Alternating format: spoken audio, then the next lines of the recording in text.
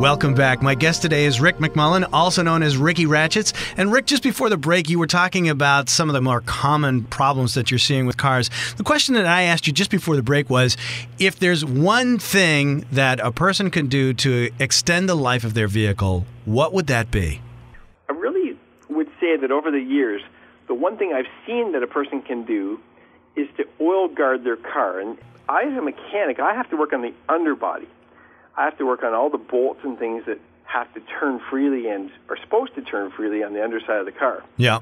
Well, a car that's been oil guarded regularly, like once a year, is a car that we can work on and put a wrench on bolts so we can turn them, and we can maintain that car much more easily.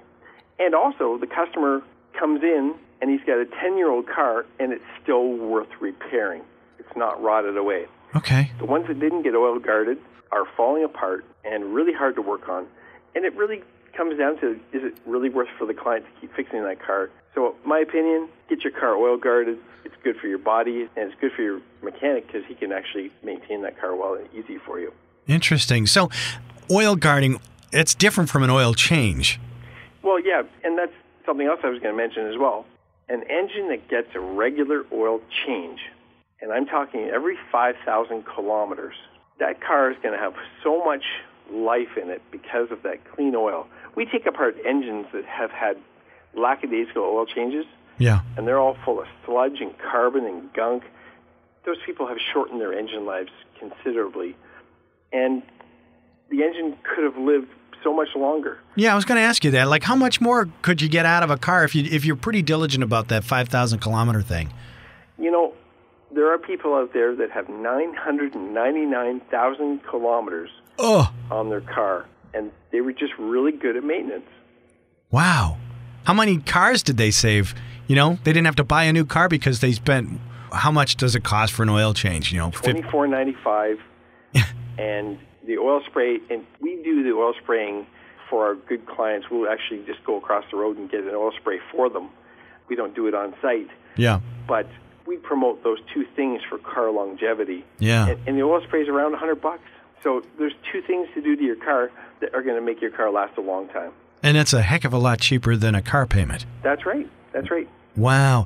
So for the folks that might not be that diligent about taking care of their cars, you know, when you have to put it in the shop for whatever the repair, let's say new brakes or a new muffler or whatever, it can be kind of a pain in the, you know what, to leave your car off somewhere, and then you got to find a ride and see if somebody will take you back to go pick up the car. I mean, I'm speaking from experience. Everybody's got to get their car fixed every once in a while.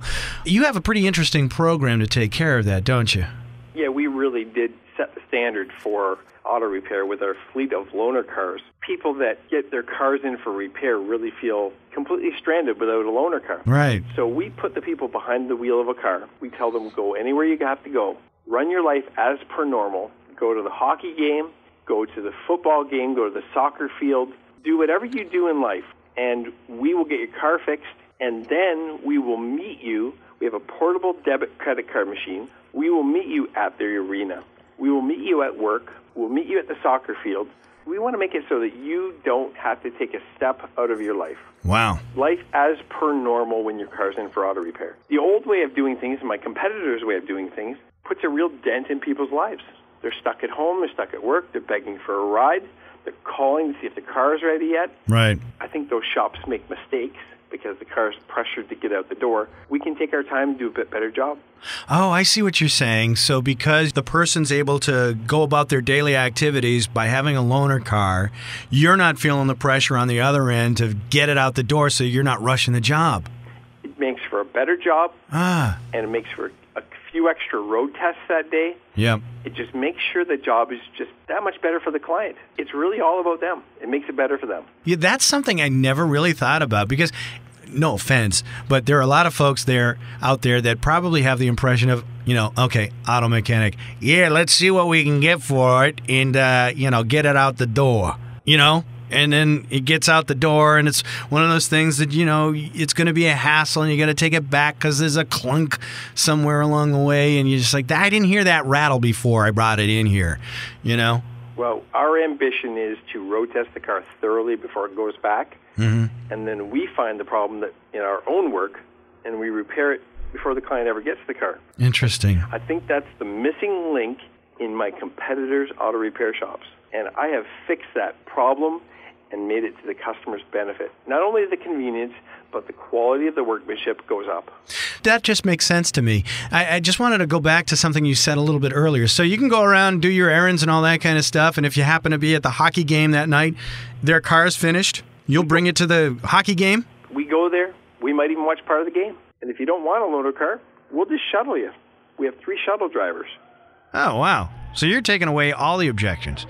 We're making it easy for you to come to Ricky Ratchet. And you can take their payment information right then and there. They don't have to go to you. That's pretty cool. We're just like the pizza guy. Ah. Portable debit credit. Do you get tips? Yeah. Look both ways before you cross the road. Oh, okay. That's the most common one. Oh, you're giving the tips. You're not getting them. Okay. Don't eat yellow snow. I think that's another one. We have to take another quick break. When we come back, I want to talk to you. You have a pretty compelling guarantee, too. Yes. All right. We'll be right back after this. Okay.